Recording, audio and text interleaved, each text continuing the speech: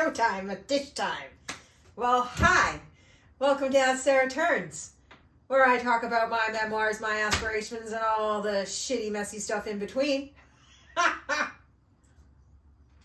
Because sometimes there's just those days. Hi, I'm Sarah. It's the 25th of August at 7:45 in the evening. We're inside because it's a little chilly. I need to, as Daddy would say, kill two birds with one stone. I need to make content for tonight, so we're accountable. If not now, then when? I need to do these dishes, and I still have an errand to run, and I am exhausted, and I got a Flintstone headache just pounding off the top of my skull yet again today. Because why? Well, let me tell you. We're going to run the water, do the dish, and I'll tell you how the bloody day went. Got my trusty rubber gloves, although these are not the best rubber gloves. The best rubber gloves to do dishes are the rubber gloves that you buy in the Asian market, or better still, if you live in Seoul or anywhere in Korea, I imagine. They are long up to here. And they're cinched. It's like there's an elastic so that they're there. There's no water getting in. Not like these floppy things. And they're long. Did I mention they're long? And they have grooves all along them so the water runs down. Not like these. Anyway, I haven't been to the Asian market in forever. I suppose I could probably order them on Amazon. But here we are. So I have dishes left over from last night. Oh, I should show you the pie. I gave some away already, and I ate a small piece. However, look at how lovely it turned out. The crust is hard. It's not soggy. It's not runny. It didn't bleed. Outstanding. And it's just the right sugar. Like, I didn't really, I just eyeballed it. Like I said, it was like 3/4 a cup of flour, 3/4 a cup of sugar.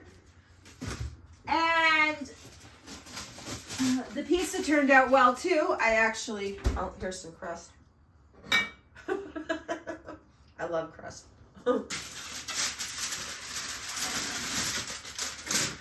It turned out pretty good.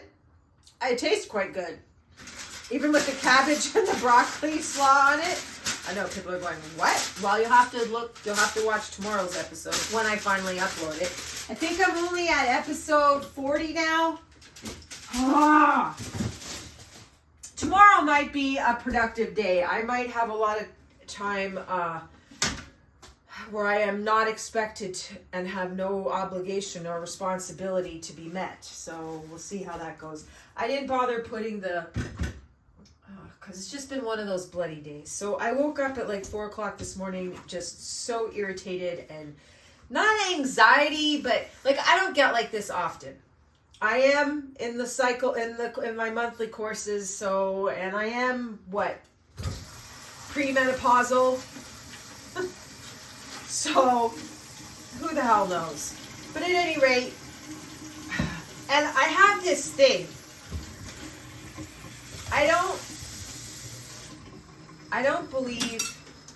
I refuse to let anxiety keep me awake. And I refuse to get up so I lay in the bed and I do breath work.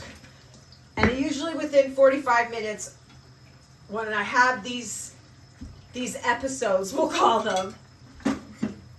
By the way, speaking of episodes, did you join the turning? Did you join As Sarah Turns? Subscribe down below and become a keeper. Keeper of As Sarah Turns. God help me, I need as many of you as I can get. I need some keepers. Keep me on track.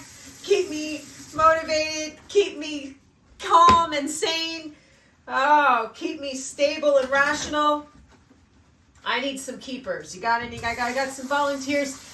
Join the turning. Subscribe down below As Sarah Turns. You never know where I'm going to be. Neither do I. Like this morning, I had no idea last night when I went to bed at 4:30 this morning I was going to wake up with a bee in my bonnet that I just couldn't let go, like a dog with a bone. And as much as you know what it is? It's every once in a while. So I have this theory. It's wrong. It's wrong even to say this theory. I have this it's not correct. So I really probably shouldn't even share it. But part of me feels that in my life anyways, when I'm on my monthly courses,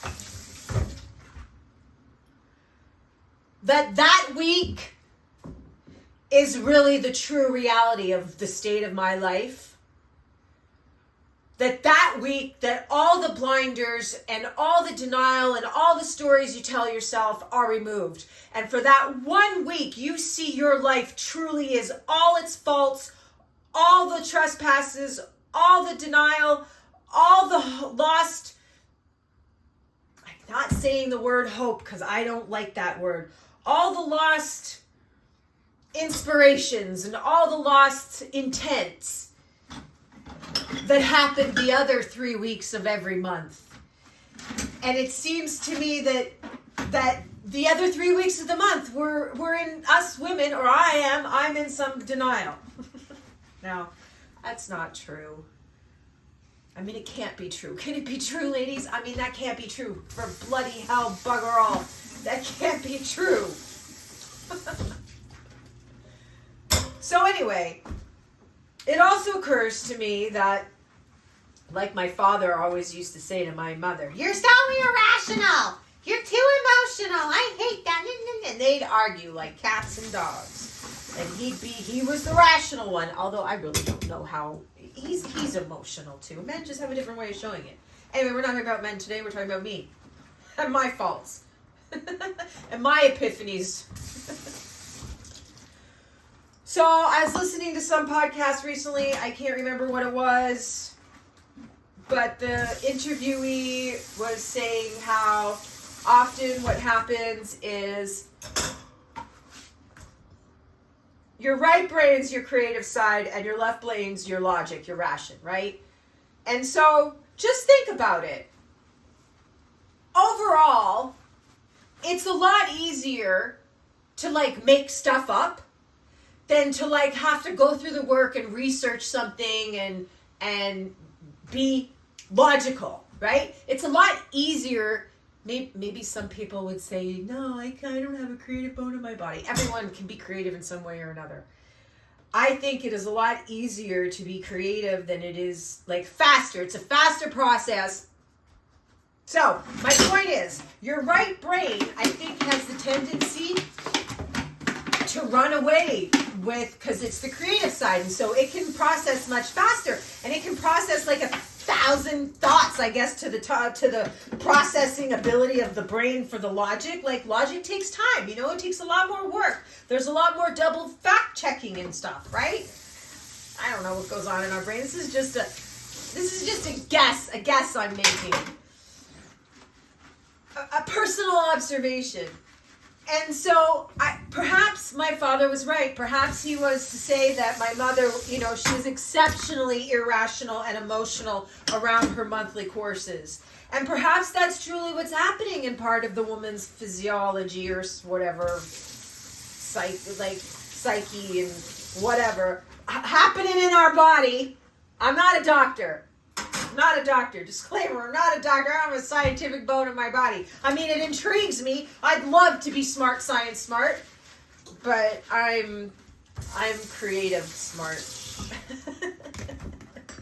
So anyway, what if during our cycles, our monthly courses, our right brain really is the dominant side that does all the filtering, and therefore, yes, that under that idea, it is more understandable that everything would seem like the sky is falling, like all your woes, all the things that you don't want to be true, all of your fears and dreads come to the forefront and become your life for those 7 days. Not all the time. I don't know why some 7 days are worse than others, but I think perhaps maybe that's what was happening at 4 o'clock this morning. I have some,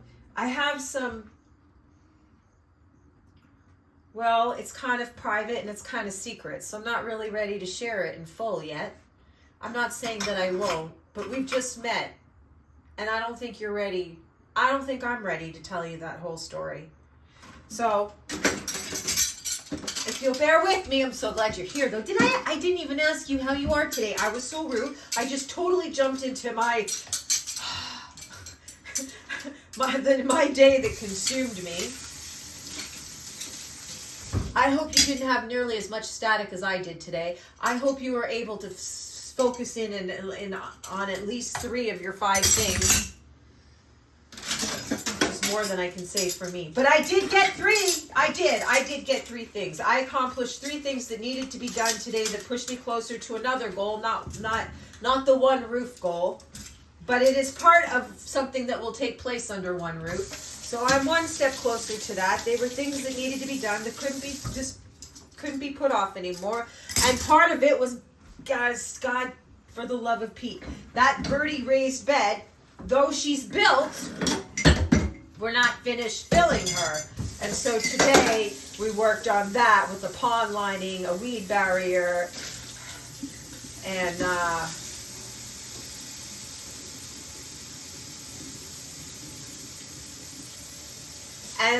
because the beds were already built and the braces were already on, because we didn't realize we were going to get a pond liner until after the fact. And I wasn't taking it apart yet again. I just wasn't.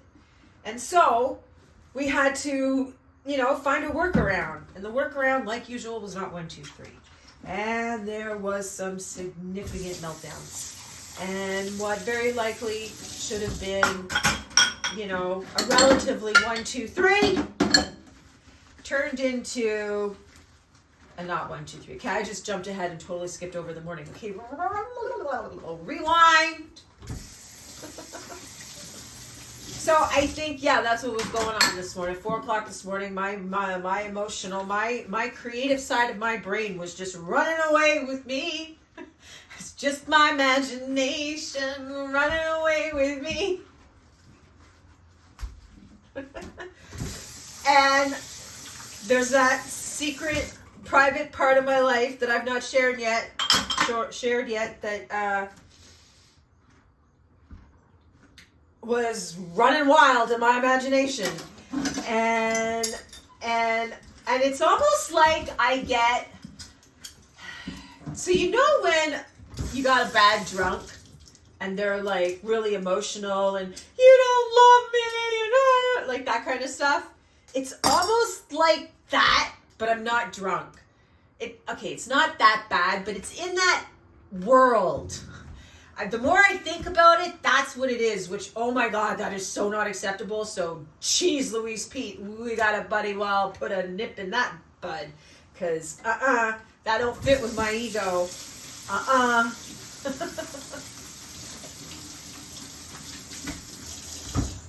But it's an emotional crutch. Like, I feel like it's when I feel abandoned. And it's from my childhood, because I can remember feeling like this with my parents.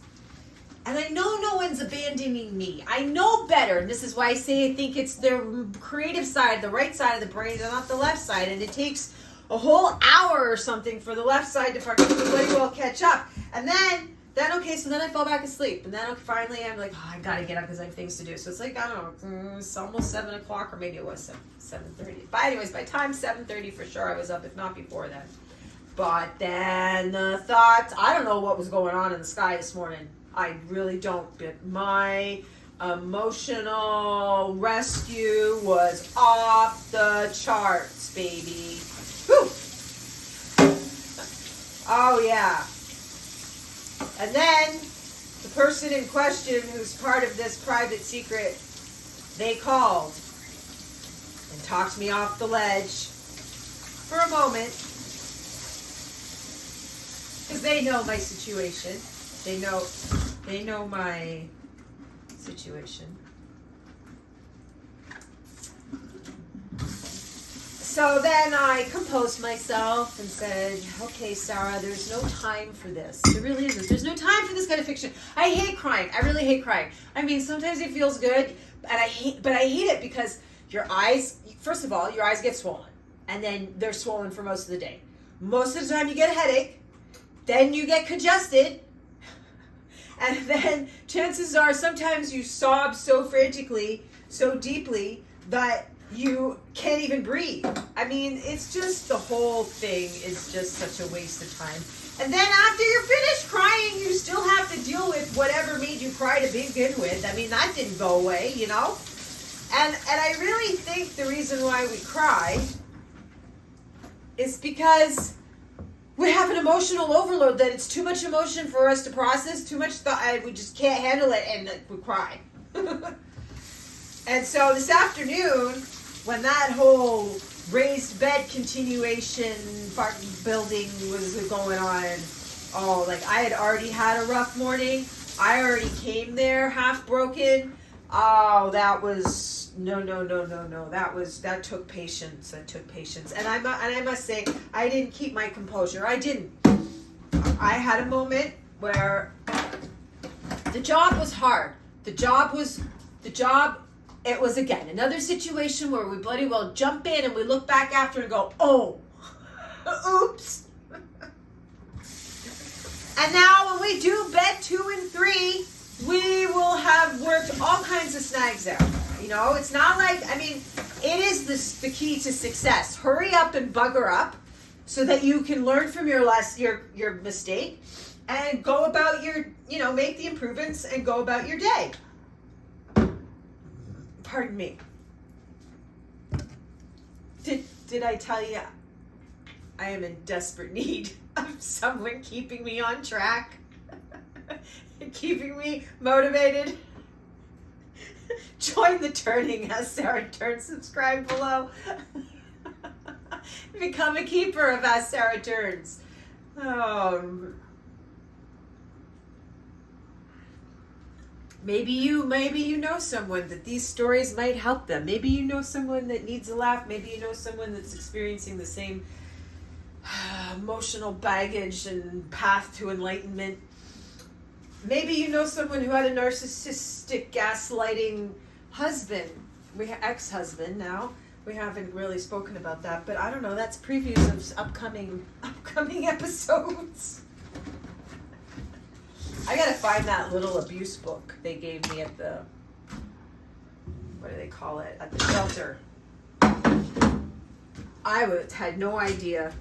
I'm getting off track here a little bit, but I had no idea. Like, you go to like one of these abuse shelters and like they ask you, and I'm like, I don't know, like he maybe did, one or two things. I'm thinking, they hand you this little booklet. Sorry, not a pamphlet, a booklet. Holy cripes! I don't remember, like, there was like 2 or 3 pages of different things about abusive relationships, and like, he fit the criteria of like 10 out of 15 out of all, like each one of them. Like, I was just floored. I had no idea to what capacity I was abused. I had no idea. Likely due to my conditioning as a child. What doesn't kill you only makes you stronger.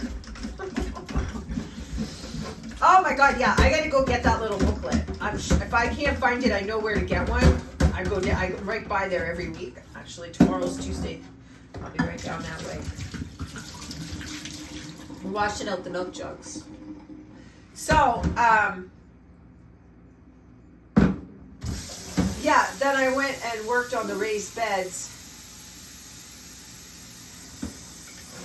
That did not go well. So like I said, I came in there emotionally charged to begin with, and I was aware of it. So it's not like I was a CUNT, can't understand normal thinking. I'm not one of those women that's on the rag and makes everyone pay for it.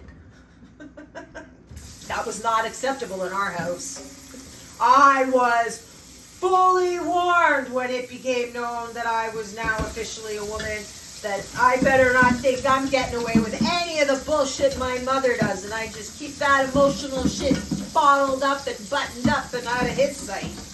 So, I mean, really. Okay, Daddy, I love you too.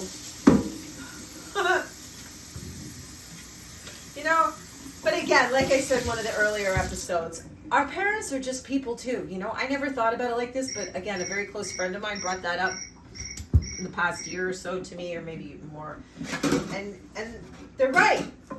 Your parents are just people like you and I that all of a sudden, oops, had another little person, and now they got to figure out their shit and your shit and change your shit.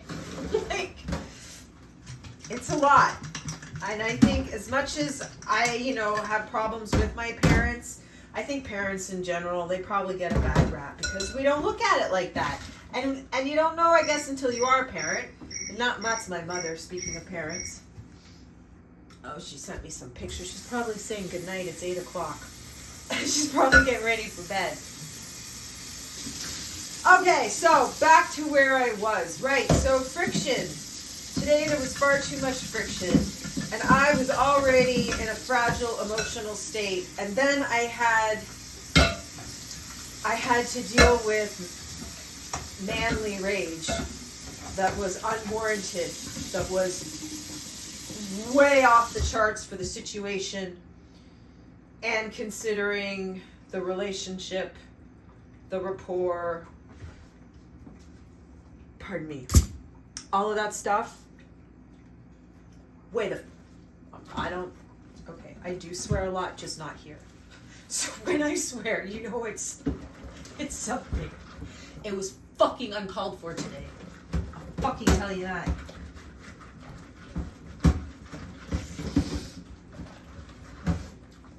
I mean, you know, like, people, you can't have it both ways. You know, you have to, like I said, remember what I said about Louise? You have to recognize what your friends, there's the sugar needs to soak, what the strengths of your friends are and what their weaknesses are. And you cannot hold them to a higher standard of their weaknesses than their strengths. You just cannot. And if your strengths are their weaknesses, again, you cannot hold them to a higher level like you. They can never, ever achieve it. Look, I'm 5'4", 130 pounds on a bad day. I can lift 50 pounds, but I probably couldn't do like 10 reps of 50 bench presses, you know? I could probably do 20 pounds of 5-minute bicep different, whatever. Like, I got some strength, but I'm a woman. Upper body strength is not women's thing. We're childbearing. Push it out for people, like, you know? Like, we're not this. I'm short, and I have short arms. There is only so much that I can do. I know my limits. I've told you what my limits are. Yet you still think that I got some go-go gadget fucking buttons that all of a sudden makes me fucking Hercules Wonder Woman. Jesus H. Christ almighty. Like, fuck you. Oh my God. And the fucking horse you rode in on. Jesus H. Christ of fucking Madeline Mary. Oh. Pardon my language, pardon my language, pardon my language. I will now compose myself.